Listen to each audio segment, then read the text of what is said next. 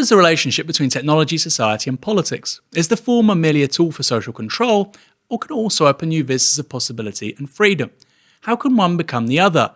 And what does resistance look like in a world where culture and digital culture are increasingly constitutive of one another, with the screen and the non-screen come together to form a hybrid reality which we all inhabit? These are all themes which run through the work of author and technologist Cory Doctorow. Cory is the author of novels, graphic novels, and novellas, the first of which I read is the fantastic Down and Out in the Magic Kingdom, published in 2003.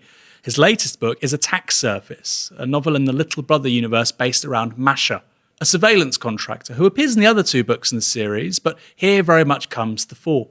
We'll be discussing that book, its themes, some of Cory's other work, and his general views on life, technology, and politics in 2020 and an era of COVID-19. Cory Doctorow, welcome to Novara Media. Thank you. Hi. It's great to be on Novara Media. I'm a fan. Oh, great. That's great to hear. Well, we're all a fan of your work, so it's good. It's mutual. Can you tell our viewers a little bit about your most recent book, Attack Surface, what it's about, the major themes, and why you chose to publish it now? Sure. Well, as you heard, it's the third in the Little Brother books. The first two were young adult novels, and this one is intended for adults. It's not that it has a lot of bathing suit area material. It's that it deals with some kind of more adult themes, like confronting the moral consequences of a lifetime of compromise, which I think is a thing that adults probably relate to a little better than adolescents, but I'm hoping that it tracks for them as well. Little Brother and Homeland were significant.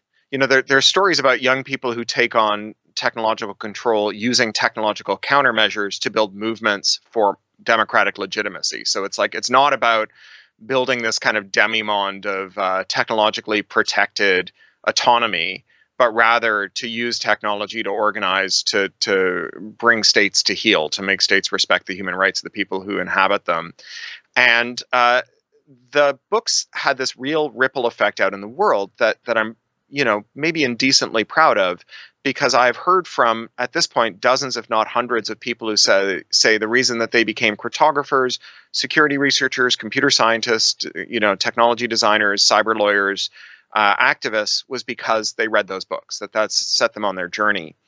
Attack Surface is a really different one in that it's about someone who's lived a very different technological life, someone who's spent her whole life building tools of surveillance and oppression, and who's having that reckoning with what her legacy means. Someone who's, starts off helping the Department of Homeland Security spy on people who are resisting security measures after a terrorist attack, and then goes to work for a private military contractor in Iraq, spying on insurgents, and then ends up in the former Soviet Union putting down color revolutions with surveillance gear, who comes home to San Francisco and discovers that her childhood best friend, who's now a Black Lives Matter activist, is being subjected to surveillance and attack using the very same cyber weapons that she spent her career developing.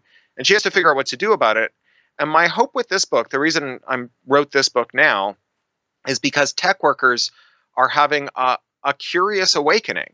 They're starting to create these solidarity organizations that are oriented not merely around the workplace conditions, although there's a lot of that. 20,000 Googlers walked out over sexual harassment and impunity last year, but also around the moral character of the work they do, resisting surveillance, resisting drone programs, resisting facial recognition programs.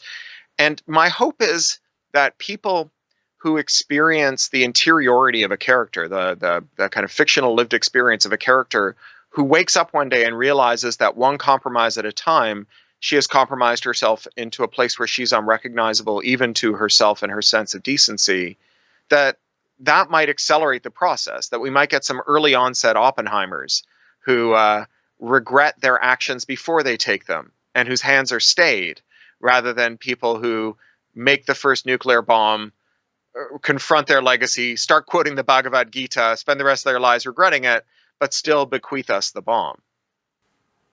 Interesting. I mean, that allusion to Oppenheimer is often talked about, for instance, with the possibility of an AI of some kind. And I like the idea of perhaps the person who may, you're almost like Arnold Schwarzenegger going back in time to stop this potential engineer designer coming up with these kinds of creations. The first book, I've already talked about it, that I read of yours, which was Down and Out in the Magic Kingdom. It's effectively a tale of post-scarcity in Disneyland, I believe. World. Disney World. See, in Britain, we always make that confusion. Disney I know. My apologies. And it's just fascinating. And I think many of the ideas it engages with, there's an episode of Black Mirror which takes exactly those same ideas on of what value might mean in a post-scarcity society. It takes them on a decade later. So I think that was a very visionary book. But you've got these themes in your books. You've got post-scarcity societies, but also surveillance and resistance, which is ultimately more meaningful in a contemporary political context. Can you explain to our audience a little bit about your journey? You start writing fiction really in the early 2000s, which of course politically is a very different time to now, albeit it was the beginning, the genesis of the kind of the digital era we all now inhabit through Facebook and Google and YouTube and mobile telephony and mobile internet, etc. What's changed? Have you lost your, not optimism, but utopianism? And can you perhaps chronicle that a little bit? How did it perhaps interact with the financial crisis and the shifts in politics we've seen since what I like to think of as the kind of the Belle Epoque of the 21st century, 2007, 2008, which all came crashing down? Yeah, right. Back before the web consisted of 4 giant websites filled with screenshots from the other 3, as Tom Eastman, the software developer in New Zealand, has put it. So there is a narrative about where the kind of technology rights movement came from and where it's headed, which goes a little like this. In the beginning, there were technologists who blithely thought that everything would be great and that all we needed to do was make the technology universal and nothing bad would happen.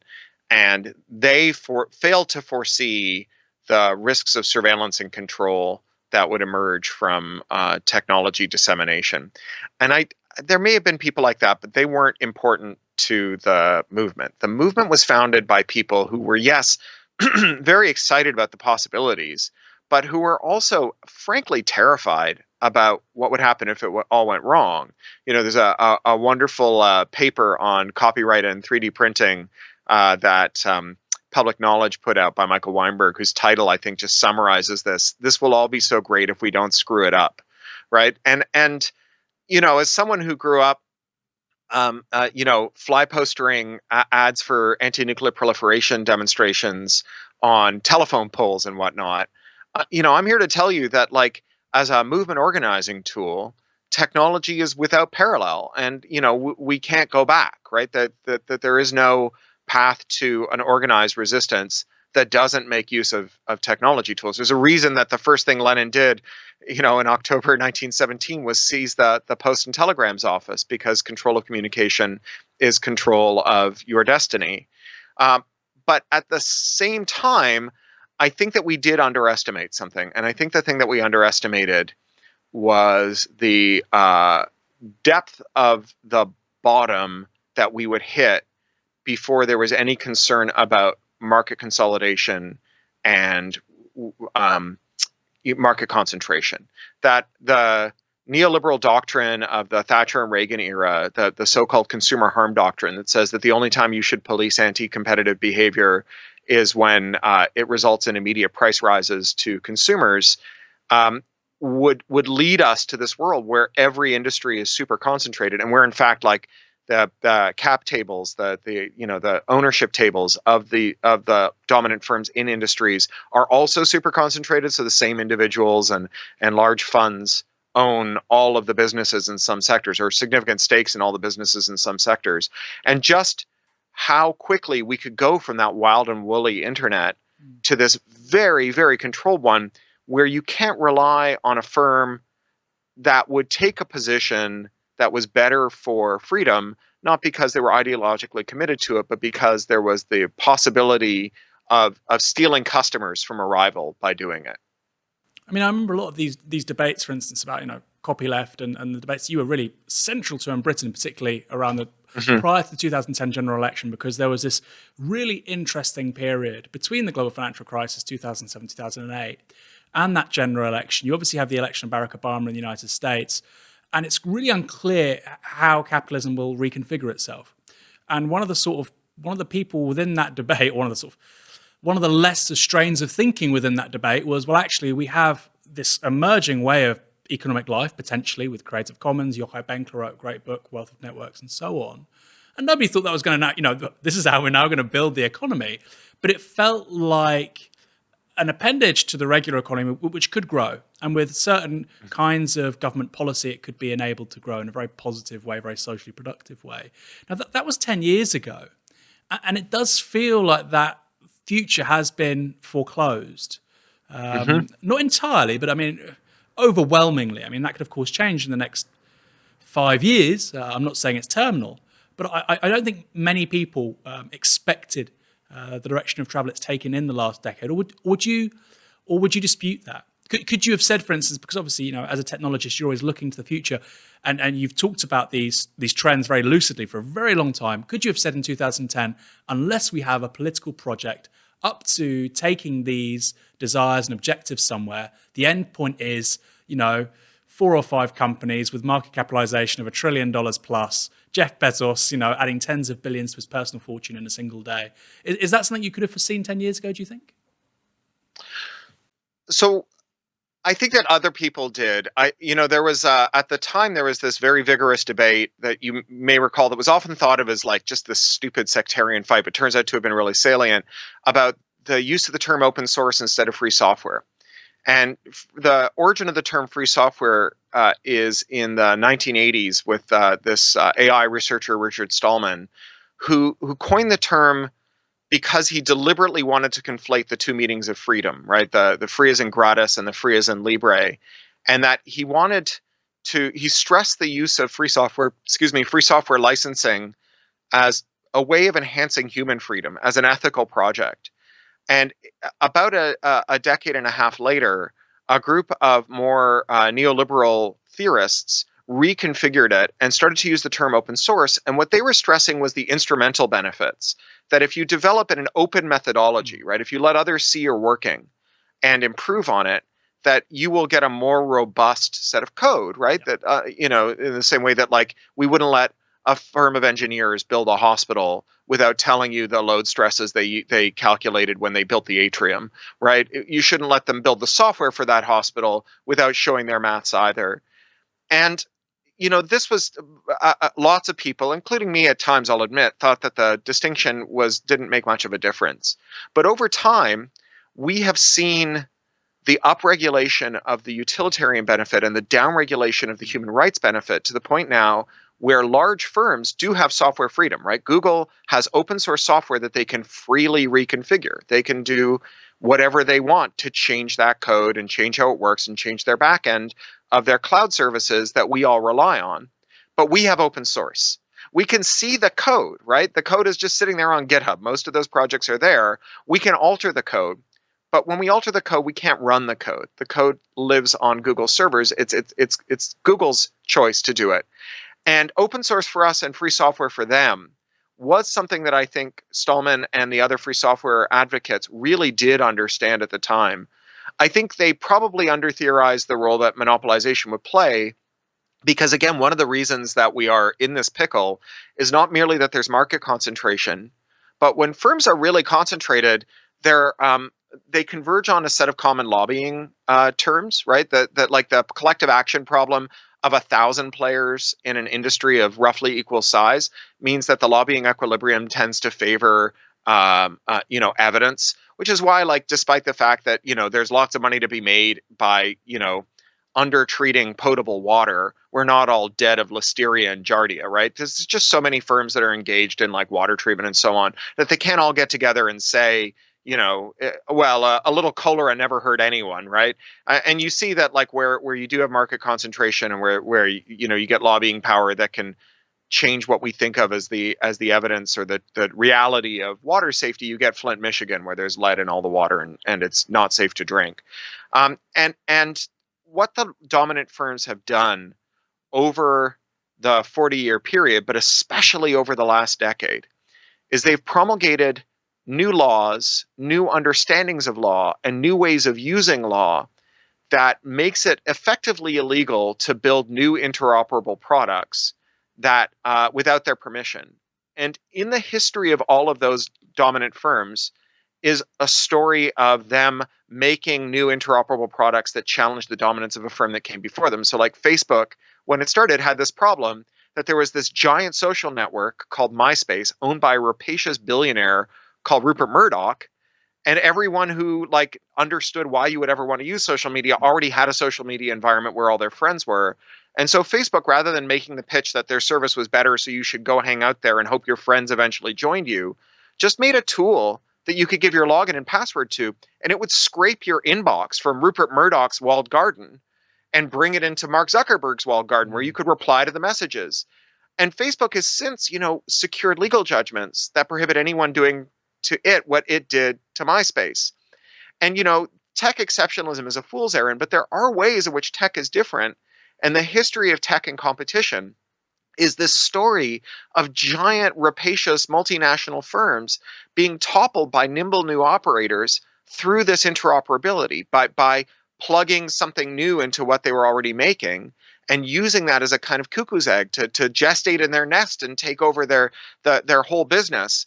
And they have stopped the wheel of history, right? The dominant tech firms have stopped the wheel of history by eliminating lawful interoperability without their permission.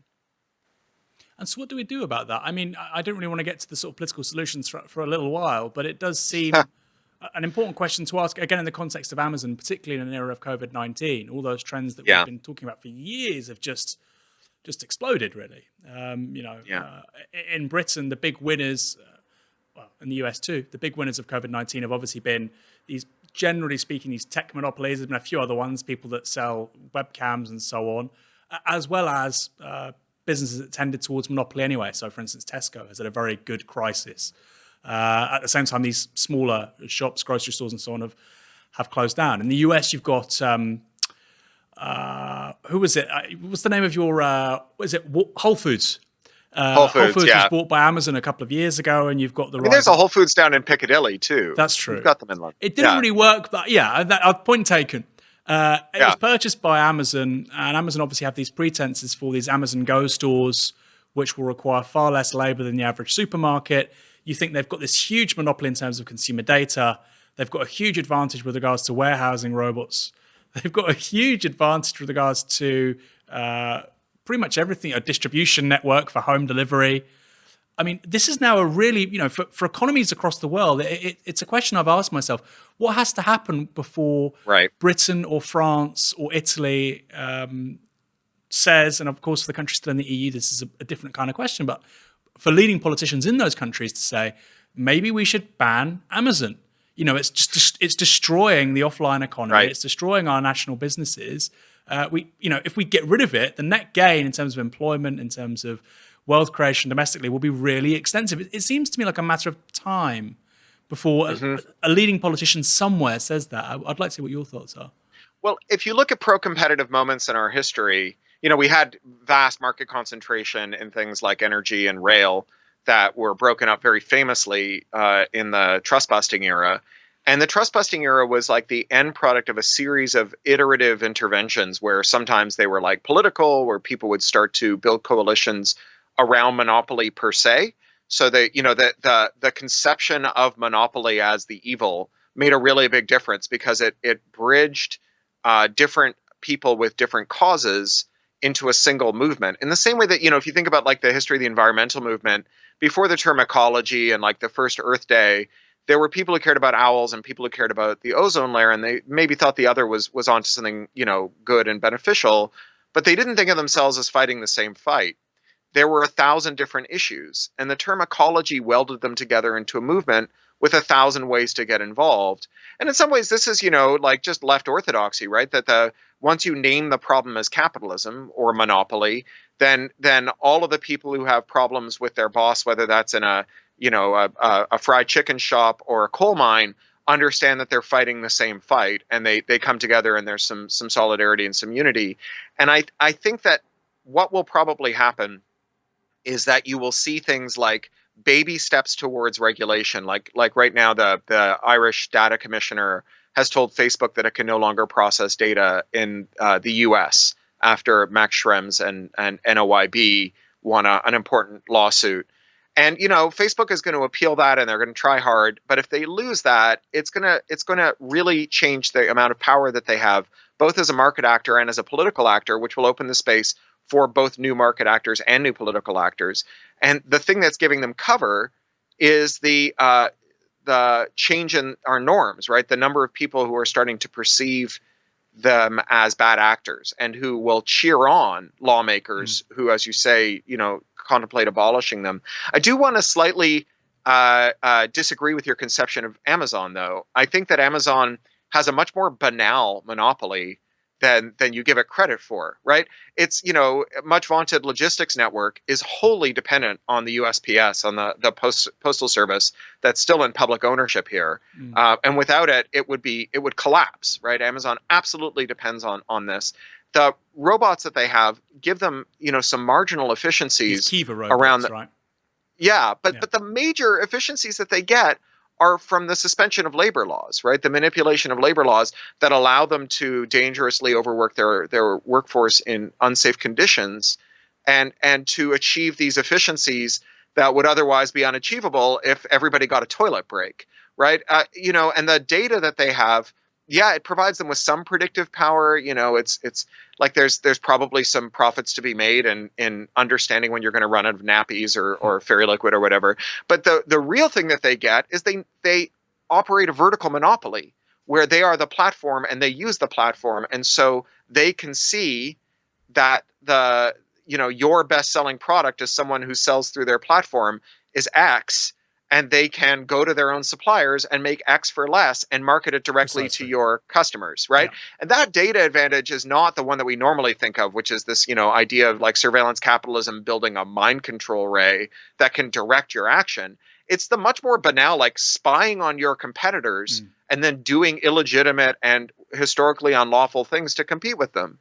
Yeah, I mean, we've got a think tank over here. I'm sure you're aware of it from your time in London, IPPR. The former head of IPPR is a friend of the show, Tom Kibasi. And I remember having a conversation with him about the Amazon Choice sort of products, their own brand products, Amazon Basics, sorry.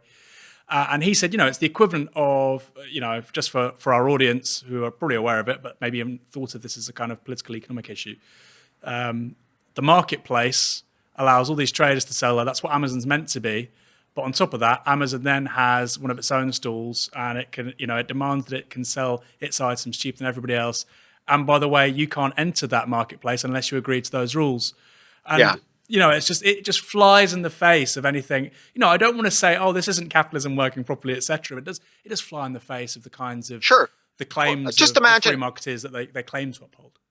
Imagine if, like, Borough Market required that all of the traders tell you exactly tell the operators which food was selling well, and that they would cherry pick the ones with the highest margins, chuck those traders out, open a new stall selling exactly the same goods that was indistinguishable from their stall in the same spot, one trader at a time, and then imagine that everybody got their food at Borough Market, right? Yeah. And so now you can see how this tends towards oligarchy. Like, I think that on the left we shouldn't underestimate the role that competitive markets actually do play in disciplining firms' conduct, not because capitalism cares, but because capitalism doesn't care, right? That all other things being equal, there is someone out there who would quite like to be as rich as Jeff Bezos. And if the referees who are shaping the market, structure the market, give them a crack at it, someone will give them money to go and do it. But if you know that any attempt to try and bust up Bezos's racket will result in heartbreak for you, no one will give you money for it. And, venture capitalists, they have a name for it. They call it the kill zone. Big tech firms are seeing double-digit profit gains year on year. They make billions of dollars a year.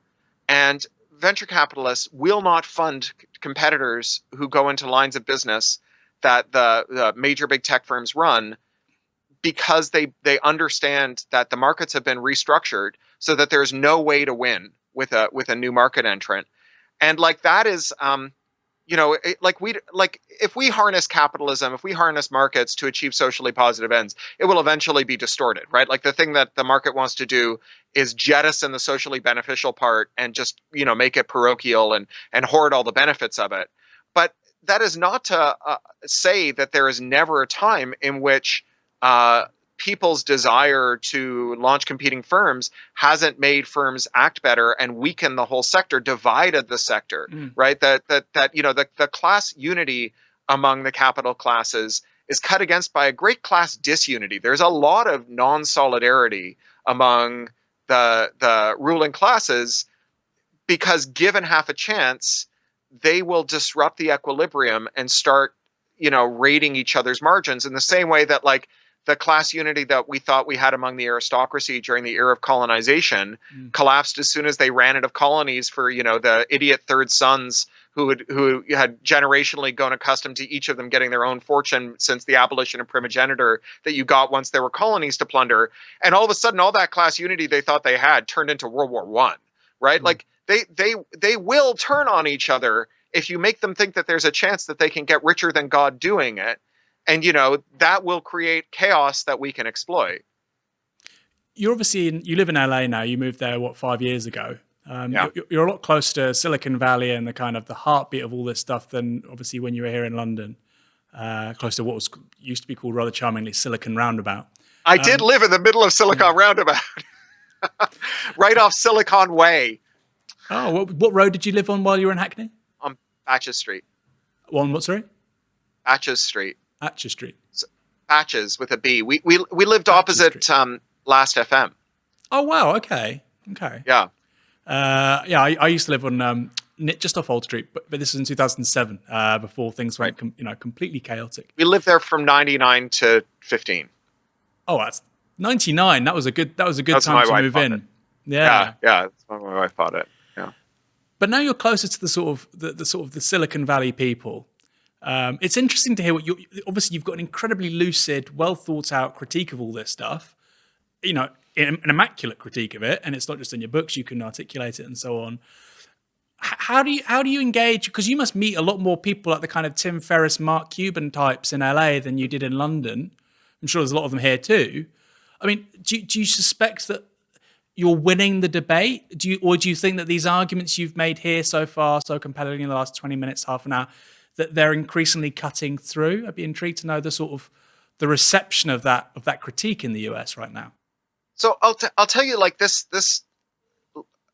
competition and compatibility, interoperability oriented critique really started from my discussions with technologists, and I think that to the extent that there was like techno utopianism, it was driven by people who first encountered computers as kids before there was a major industry around them, right? When personal computers were toys that, your mom or dad brought home to keep you busy and not like these ubiquitous business tools, and who found in them this incredible seductive power, first to like to be able to describe what you wanted to happen and have the machine do it, sort of perfectly in that kind of Sorcerer's Apprentice way where you could write loops and have all kinds of things just happen in this way that's almost magic. And anyone who's ever programmed a computer will know what I mean. And then also by the power of networks to connect you with people, especially people who had ideas that were like disfavored or fringe or just niche, right? Like there's a lot of talk about YouTube radicalization. And I think that another way to understand the YouTube radicalization funnel is like someone tells you that woodworking is interesting, so you look up a woodworking video, and at the end YouTube suggests a bunch of specialized woodworking videos, and you randomly click on a Japanese one, and say, oh, that's very interesting, and then it suggests a bunch of different Japanese woodworking techniques, and you see Japanese nailless joinery, which, frankly, if you've never seen it, is hypnotic. And before you know it, you found one kind of Japanese joinery, like not all Japanese, like the one kind, and you found the 70 other people in the world who just think it's the most amazing thing ever. That's what radicalization looks like, right? It's discovering the specialization that suits your proclivities.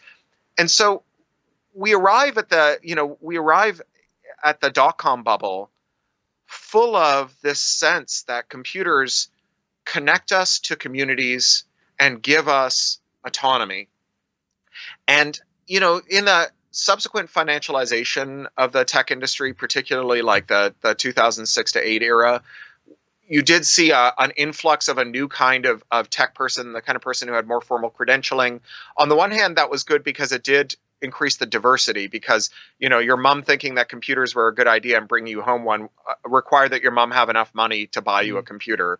And so all the people who already knew how to use computers looked like me for the most part. by the time we got to the first dot-com bubble. Whereas having a formal credentialing path where you could go to uni for it meant that there was a way in that didn't solely depend on you having parents who could afford very expensive toys for you. But on the other hand, it also brought in a bunch of people who went into computers because it was another way to get wealthy, right? They would have gone into law or finance in an earlier generation. It did really change the character. But there is still a strong strain running through technology, both new technologists and the graybeards, who really feel like the reason they love the tools they use, the reason they got there was because of this increase in personal agency and self-determination, and who are interested in arguments about why they shouldn't use their talents to take self-determination away from other people, right? Why computers should be a tool of liberation and not oppression, and how their choices really affect it because their skills are still in high enough demand and scarce enough that some things, if they just refuse to build them, won't ever get built. And I started to meet technologists. Like I'm a dropout of the University of Waterloo in Ontario, which is like MIT North. And I went to speak at the 50th anniversary of their computer science department. And this brilliant grad student, afterwards put up her hand and asked the question, like, how do we get people to stop using Facebook? How would we ever solve the collective action problem of everybody leaving Facebook at the same time? And I'm like, wait a second, you're a grad student at this elite computer science department. You could build tools that let people use Facebook without Facebook knowing what they were doing. You could build tools that let people stay in touch with Facebook even though Facebook didn't want them to because they were using a rival service. Like, you have it in your power. Have you forgotten that this is your destiny and birthright to reconfigure these pluripotent, incredibly powerful systems that you have mastered through these years of education and training and practice, and to give people more autonomy? And when I started making that argument, maybe not the managers recognize it, but the workers do, right? They have recognized that, like, while their forebears might have dreamt of getting a job at Microsoft and then starting a rival to Microsoft and building it up and going toe-to-toe with Microsoft, that today, the best that you could hope for if you left Google or Microsoft or Facebook and built up a rival to them is that they might buy it back again, that it might turn out to be a paid sabbatical with a bonus at the end, and not an actual chance to be the master of your own destiny.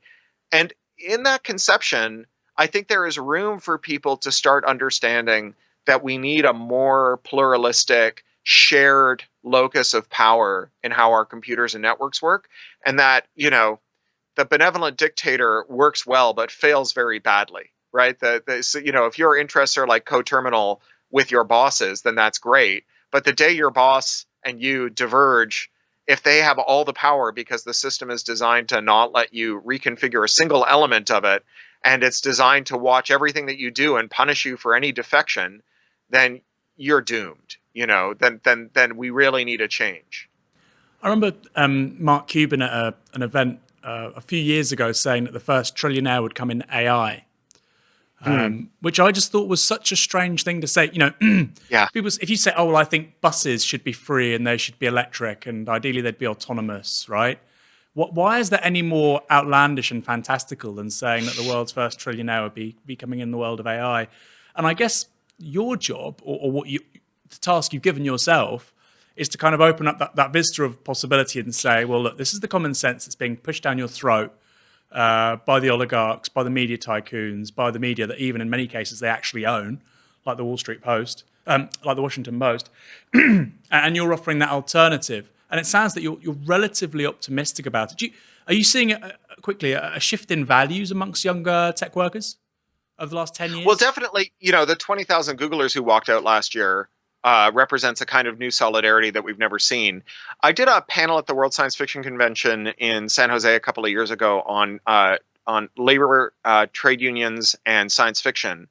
And we talked about the fact, I think it was Eric Flint, who's a union organizer in Chicago, talked about the fact that there were almost no unions mentioned in so-called golden age science fiction. And he theorized that maybe the reason for that, unlike, say, Westerns, which were full of unions, or detective novels, or romance novels, the other pulp genres were full of trade union activity because it was in the air, right? I mean, it was the era of labor organization and labor contests. And he said the reason was that science fiction was largely an engineer's genre.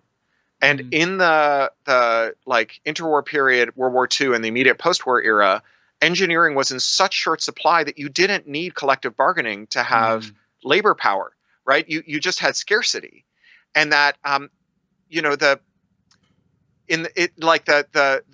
1950s version of quote learn to code whenever anyone complains about their working conditions was, why would anyone need a trade union? Surely if you don't like your boss, you tell him to go fuck himself and get a different boss, right?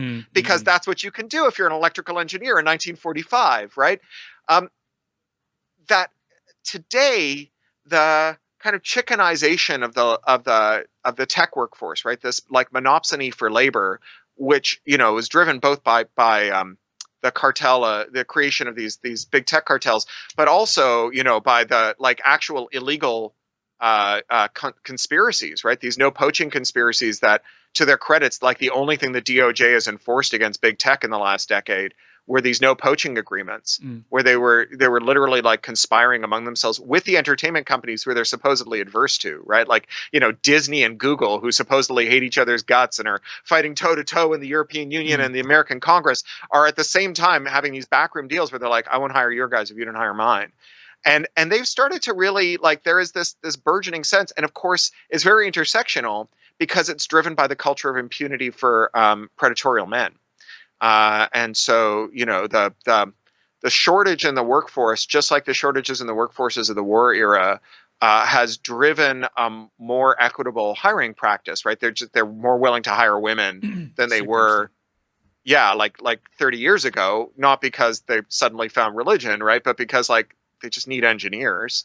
And so they're hiring more women. And then those women are getting really angry because the men that they work with prey on them with impunity and then get multi-million-dollar buyouts when they're finally like their action goes beyond the pale.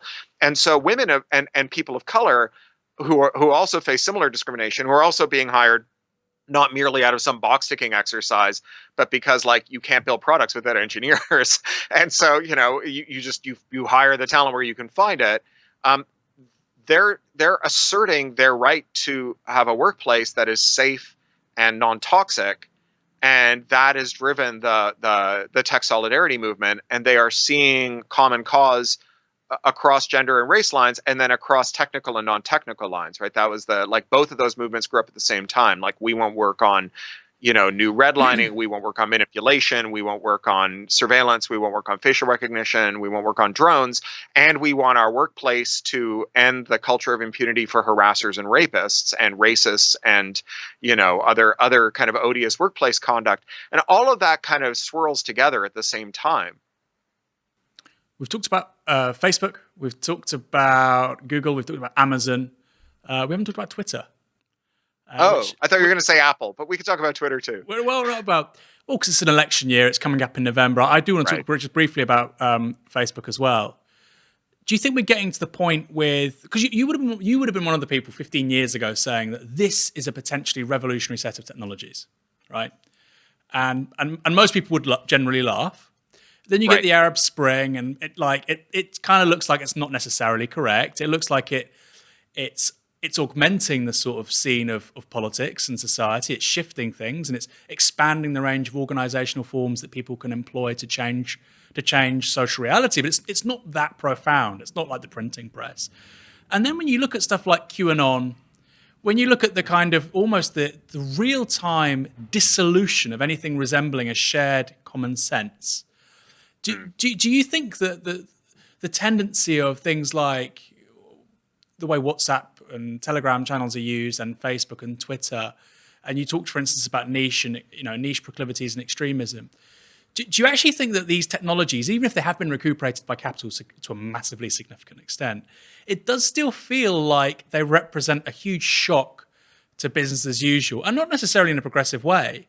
And I just want to know your thoughts about, do you think it's possible that Facebook and Twitter may actually be deeply injurious to representative democracy in the long term, for instance? So I think that there's two things going on at the same time. You talk about a lack of shared common sense.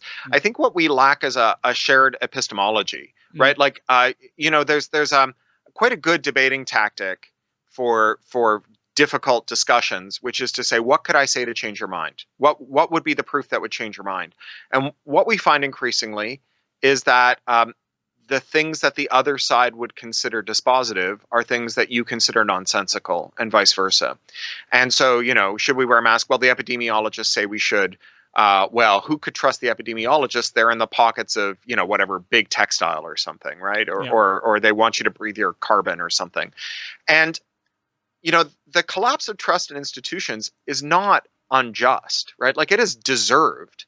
One of the things that happens as industries become concentrated is that the institutions that are meant to be their watchdogs become their enablers, right? And I know that there's a kind of cynical left view of this that says, no, the institutions are always their enablers. But again, like, we're not all dead of cholera.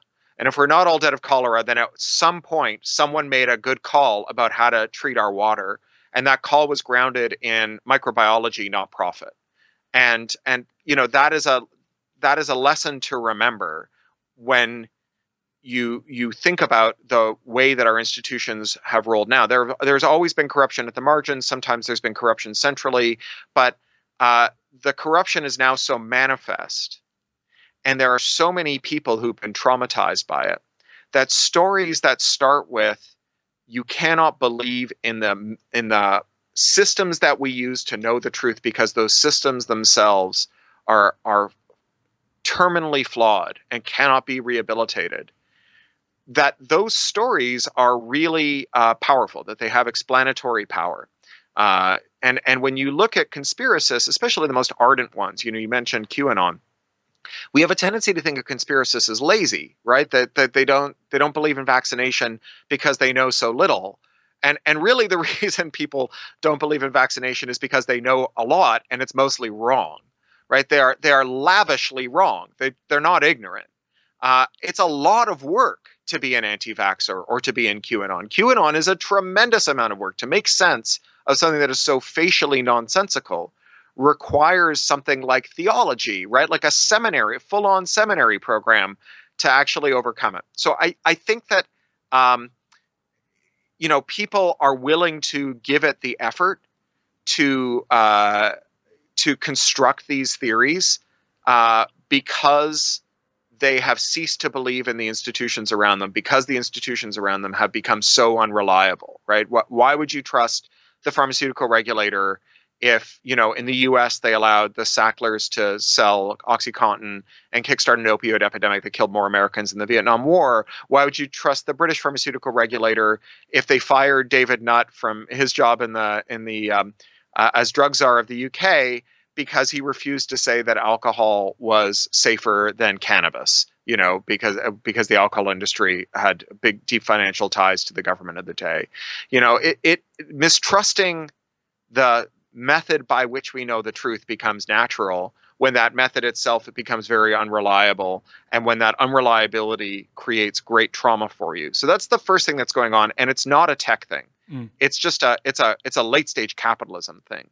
Now, on top of that, you have tech, and tech's ability is to allow people with fringe and disfavored views to find each other. First, because it allows you to search, and it directs your search towards things that are more like what you're interested in, even if you didn't know it when you started. That's how you find your specific Japanese joinery.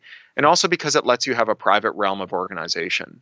And when you think about how we got from a country where, for example, Alan Turing saves millions of lives, invents modern cryptography and computer science, ends the war years early, and is then literally hounded to his death because of who he loved, to a Britain in which we've officially apologized to him, put his face on money, pardoned everyone who is sentenced for the same crime that he allegedly committed, and have officially adopted a posture of regret and shame for what we did to him. It happened because people were able to talk to one another about who their true selves were without having to talk to everyone about who their true selves were, that they could speak their truth in a whisper before they shouted it from a hilltop. And technology allows people who have disfavored views to find one another and have those conversations in a private sphere, right? If you're growing up in a small town and you don't know how to explain the feelings you have about who you really are, and you do some searching, and you find people who have non-gender conforming gender identities, or the trans or non-binary or ace or whatever, and that gives you like both a vocabulary for understanding who you are and a group of people you can talk about it with without fear of retaliation from the people around you. That's how you build the confidence to come out.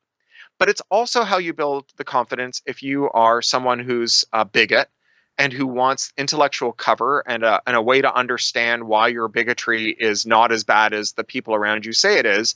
It's where you find the eugenicists and the cod scientific explanations grounded in bad genomics and genetics for so-called race science or race realism, right? The pseudoscience of racism. And it's how you recruit other people to, march in Charlottesville carrying tiki torches, chanting "Jews will not replace us." And I think that, we can find those groups. You can do what Unicorn Riot does and like infiltrate them and bust them up and what have you. And we should, and we can meet those people in the streets and we can counter their force with our own, and we should. But lowering the explanatory power of conspiracies by creating institutions that are more responsive, more evidence-led, more pluralistic, that don't murder us by our millions the way that drugs regulators have, or that other regulators have when they've listened to the parochial interests of finance or of industry instead of the public interest that they're supposed to safeguard. That's how you downregulate the whole trend, right? Because it's not like Nazis got more compelling, right? Like they didn't their rhetoric hasn't gotten better since the rise of neo-fascist movements in the 60s, say, or in the 40s, indeed. But their numbers have grown, and so either their numbers have grown because they got better at their arguments, and if you've ever listened to their arguments, they're stupid, right? And they're not smarter than they were in the 30s, or because machine learning has given them a mind control ray, and everyone who's ever claimed to have invented a mind control ray was a liar. So I don't know why we would believe big tech when they claim that they're so good at selling that you might as well call what they have a mind control ray. Or the material conditions that make people amenable to these conspiratorial and vicious doctrines have changed such that the doctrines themselves have more explanatory power. And ultimately, I think that's how we fight this kind of toxic strain in our political discourse, is by making it less plausible, right? Making the idea that that we're going to end in a kind of barbarism where some of us will survive and the rest of us will all die. And we might as well get started on choosing who the winners will be now. And if you want to be a winner, you've got to start choosing, siding with the strong to get rid of the remainder. That's how we ultimately solve this. So you wouldn't subscribe to the argument, and I think there's some credibility to this point of view, which is to say that when you reduce the cost of entry to mass communications, the extent that we have with the emergence of digital technology, this is an unprecedented social experiment. And the analog is, and it's a very lazy thing, very pedestrian, but the printing press, right? That's another experiment where you see a huge shock to the economics of information and who can disseminate knowledge to who. And of course, we see that with the Counter-Reformation and so on. And what it does the 17th century, you get the 30 Years' War, you get all manner of things across Europe. It's a huge shock, like I say, to the social system, the rise of national, idiomatic languages and so on. And again, people were projecting that onto the 21st century with digital media, and I didn't think it was necessarily true. But I do think it's highly plausible that, like you say, the possibility of a shared epistemology disappears when you have these incredibly low costs of entry to manufacturing information. Now, it's not to say you can't have forms of public consensus. I agree with you. And I think for the most part, these big shifts we've seen in the last 10 years, the emergence of conspiracy theories to an extent we've not really seen for a very long time, the far right and so on. I agree with you to an extent they reflect a social crisis born of a failing economic model, a failing political model, a crisis of legitimacy which goes further back. But I do wonder if we've taken a genie out of the bottle which won't go back in, and that from here on in politics is going to look permanently different, maybe in a progressive way. And you've sort of touched upon that with the same sort of communicative possibilities underpinning LGBT identity as those of a bigot. But it does feel that something definitive has changed. And that's one of the criticisms I have of kind of people that are coming from a more liberal, moderate, technocratic politics, is that it doesn't feel like the field of political contestation is going to go back to what it was in, say, the 1990s and 1980s. Even if I agree, which I do, by the way, with the whole point you've made around trying to, advocate a politics of increasing prosperity and raising living standards and so on. Yeah, I mean, I think that I don't disagree that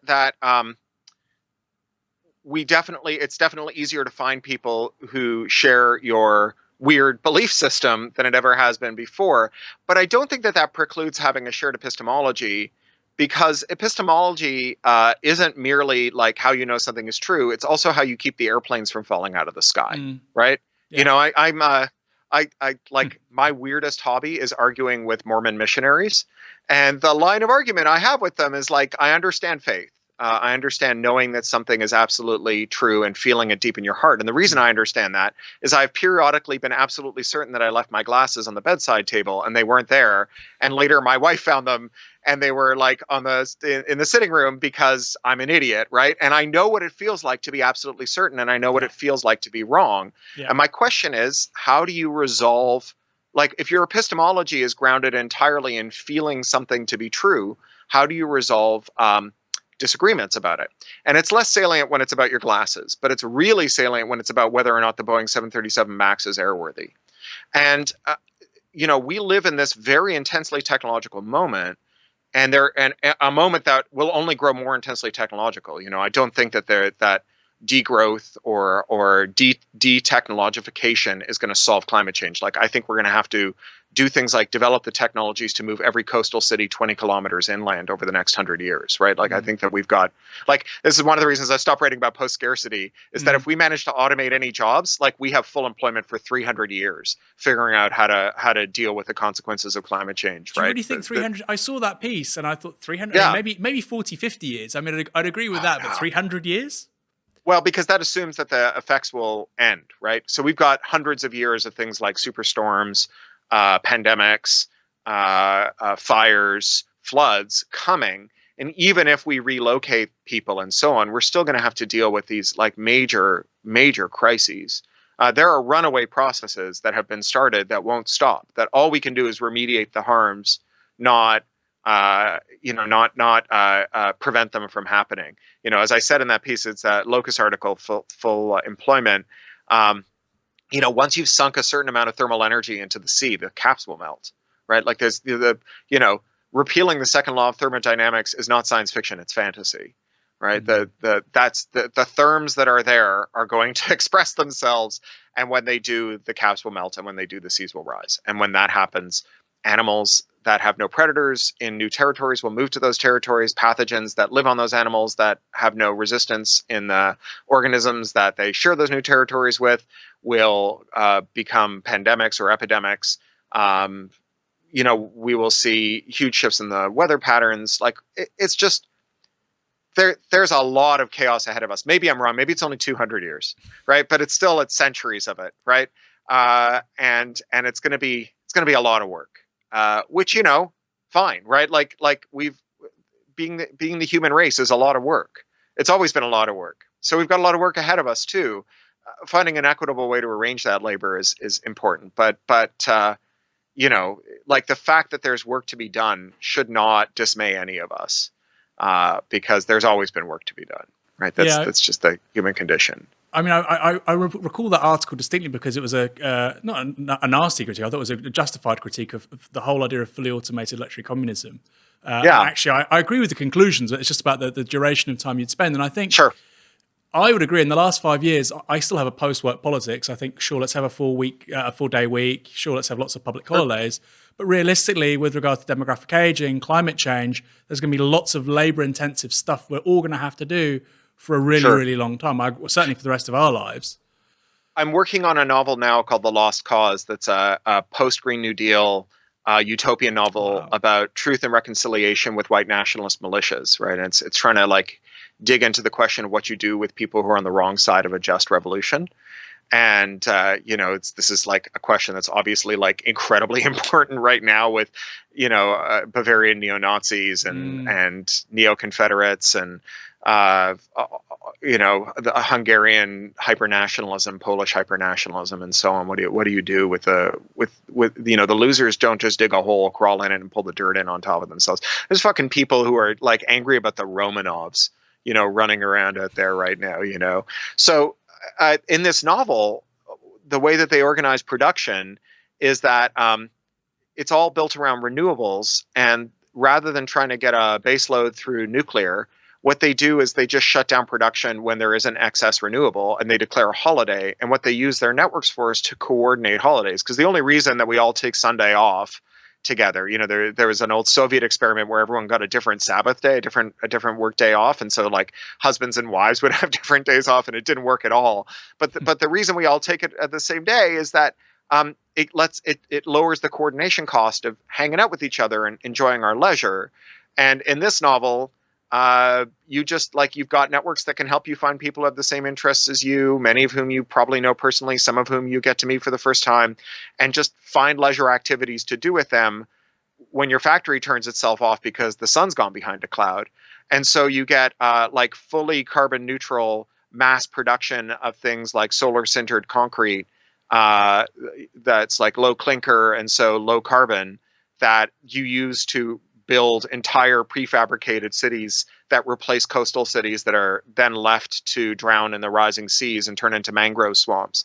And, I think that leisure has an absolute role in a hard work post-GND society.